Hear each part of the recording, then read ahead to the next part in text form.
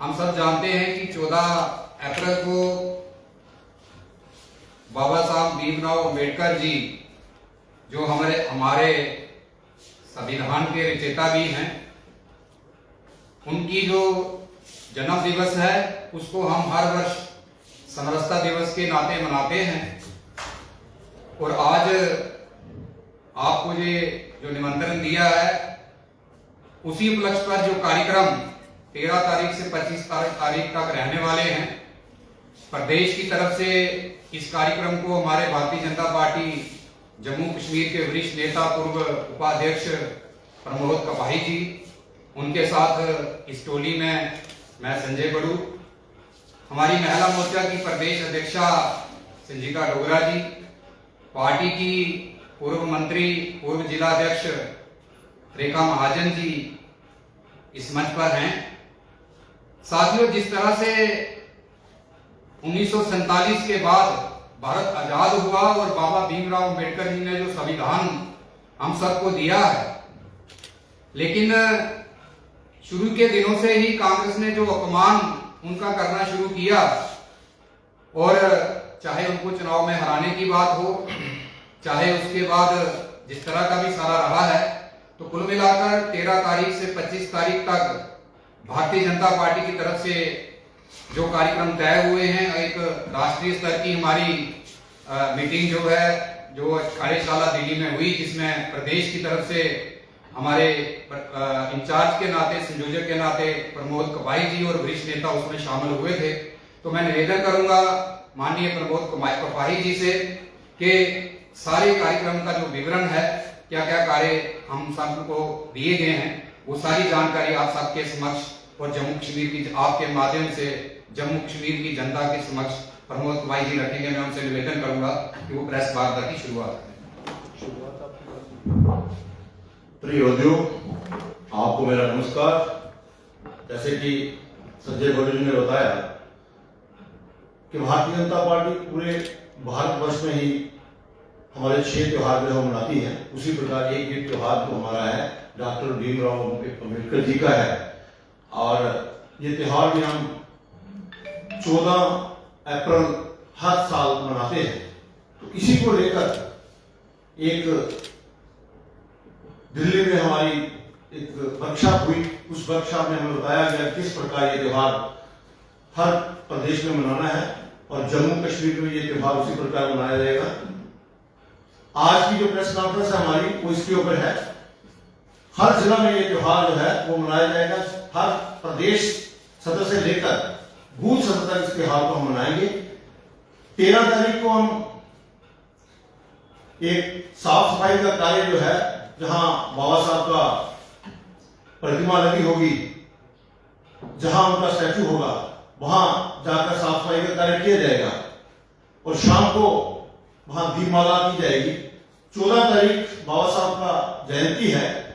उस दिन जो है वहां जाकर हम जिस प्रकार पहले भी वहां जाकर पुष्पांजलि करते हैं और दीपमाला जलाते हैं, और एक त्योहार की भांति वहां खुशी का महोत्सव मनाया जाएगा। वहां मिठाइयां बांटी जाएगी, वहां लोगों को सब लोग मिलकर वहां एक खुशी का त्योहार मनाएंगे। उसके ऊपर आज चर्चा कर रहे थे हमारे। इसी प्रकार पार्टी ने इसको आगे बढ़ाते हुए 15 तारीख से लेकर 25 तारीख तक भारतीय जनता पार्टी पूरे भारतवर्ष की जो हमारा संगठन है, उन्होंने ये तय किया था कि ये 10 दिन में हम बाबा साहब की उपलब्धियां, बाबा साहब के किए हुए कार्य निश्चित स्तर तक लेके जाएंगे। उसमें दलित समाज हो, उसमें पिछड़ा हुआ कोई समाज हो, उसमें कोई वो लोग जो पिछली पंक्ति में बैठे हैं, या वो लोग जिनका कोई सहारा नहीं, वहां तक लेके जाएं। और बाबा साहब ने जो कार्य किए हैं, जो देश हित के कार्य किए हैं, जो समाज हित के कार्य किए हैं, जो समाज को एकत्रित करने के कार्य किए, जो सभी धर्मों को साथ लेकर जो उन्होंने देश को मजबूत करने के कार्य किए, वो हम निश्चित स्तर तक लेके जाए। बंधु, आप सब जानते हैं कि पिछले 1 साल में कांग्रेस ने बहुत कुछ ऐसी बातें कही, बाबा साहब के अपमान की, बाबा साहब को पीड़ित करने की। और उन्होंने यहां तक कह दिया कि भारतीय जनता पार्टी जो है जो बाबा साहब का सम्मान नहीं करती है, कांग्रेस जो बाबा साहब का सम्मान करती है। मैं उसके ऊपर कुछ तथ्य, कुछ बिंदु रखना चाहता हूं। कांग्रेस ने जब जब मौका मिला भीमराव अंबेडकर जी को पीड़ित किया, उनको अपमानित किया। आप 1949 की बात ले लीजिए, जब बाबा साहब ने सम्मान की दृष्टि से उनको देखा जाना था, बाबा साहब ने जब पार्लियामेंट में जाना था तो उनको रोका गया। बाबा साहब को 1952 में जब इलेक्शन की तो उनको हराने का कार्य कांग्रेस के उस वक्त तत्कालीन प्रधानमंत्री जो थे नेहरू जी, उन्होंने रोका। उन्होंने कम्युनिस्ट के साथ मिलकर बाबा साहब को हराने की कोशिश की। 1954 में पुनः बाबा साहब ने जब इलेक्शन लड़ी तो उनको फिर हराने की कोशिश की गई, उनको नहीं पार्लियामेंट में आने दिया। ये कार्य जो है कांग्रेस ने किए बाबा साहब को अपमानित करने के लिए। और हमेशा कांग्रेस ने यही किया कि बाबा साहब जो है वो पार्लियामेंट में नहीं आने दिए, क्योंकि वो इंटेलिजेंट लोग थे, व्यक्ति थे, वो देश हित की बात करने वाले थे। वो पिछड़ा जो जाति उनकी बात करने जाए, वो आदिवासियों की बात करते थे, वो उन लोगों की बात करते थे जो देश में समाज में कटे हुए लोग थे, उनको आगे लाने की बात करते थे। बाबा साहब शिक्षा देने की बात करते थे। उन्होंने बहुत से गरीब बच्चियों को शिक्षा दी, महिला को काम देने का कार्य उन्होंने किया। उन्होंने छोटी बच्चियां जो थी उनको पढ़ाने का कार्य किया। आप सब जानते हैं कि जब बाबा साहब कैबिनेट में थे, कैबिनेट मंत्री थे, तो 370 का बिल लाया गया। और 370 का बिल नेहरू जी ने लाया सिर्फ इसलिए कि शेख अब्दुल्ला सरकार को, शेख साहब को उनकी बराबरी का हक दिया जाए। और शेख साहब को उन्होंने एज ए प्राइम मिनिस्टर देखने के चक्कर में 370 का बिल लाया। और जम्मू कश्मीर में 370 का बिल लाने का कारण यही था कि शेख साहब को वो आगे लाना चाहते थे, उनको प्रधानमंत्री के रूप में देखना चाहते थे। बाबा साहब ने उसका विरोध किया, लेकिन शोरगुल में और बाबा साहब की तबीयत खराब होने के कारण बाबा साहब जब वहां से गए मेडिसिन लेने के लिए, पीछे से वो बिल पास हो गया। जब बाबा साहब वापस आए तो उन्होंने कहा ये 370 का बिल कैसे पास हुआ? तो नेहरू जी ने कहा सर्वसम्मति हमने पास किया, लेकिन बाबा साहब ने उसके ऊपर भी विरोध किया। उन्होंने कहा 370 का बिल आपने पास किया, लेकिन इसके ऊपर टेम्परेरी शब्द लिखा जाए। ये बाबा साहब की कोशिश थी, बाबा साहब का एफर्ट थे कि उसके ऊपर टेम्परेरी लिख दिया गया। लेकिन बदकिस्मती से बाबा साहब हमारे बीच में नहीं रहे, और वो टेम्परेरी जो शब्द था वो 70 साल लगे उसको निकालने के लिए। 70 साल उस टेम्परेरी शब्द को निकालने के लिए लगे।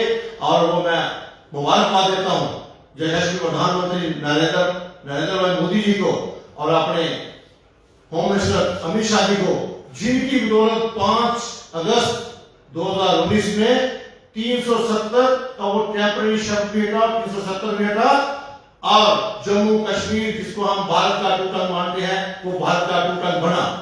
ये मुबारकबाद हम अमित शाह जी को देते हैं।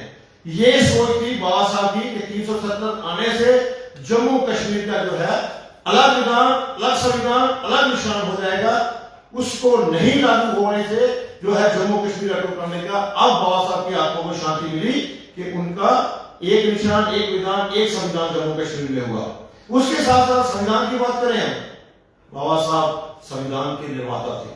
बाबा साहब ने संविधान लिखा भी और उसको इंप्लीमेंट भी किया, लेकिन नेहरू जी नहीं चाहते थे कि संविधान भी बाबा साहब के हाथ से पेश किया जाए, उनको चेयरमैन बनाया जाए। उन्होंने बड़ी कोशिश की बाबा साहब को संविधान की जो कमेटी थी उसका चेयरमैन नहीं बनाया जाए, पर लोगों की डिमांड थी, गरीब आवाम की डिमांड थी कि बाबा साहब ही इस कमेटी के चेयरमैन होने चाहिए। और ये बात जो है वहां के अंग्रेजों के सरकार के तक भी पहुंची और उन्होंने भी कहा कि नेहरू साहब, बाबा साहब की दुनिया चाहती है और आप उनको क्यों नहीं बनाते? तब नेहरू जी ने कहा था, नहीं जी, बाबा साहब को कहां इतना पढ़ा लिखा व्यक्ति है? उन्होंने कहा बाबा साहब ने इंग्लैंड में पढ़ाई की है, वो एक पेशे से वकील है और वो इकोनॉमिस्ट हैं, उन सबको पता है कैसे क्या करना है।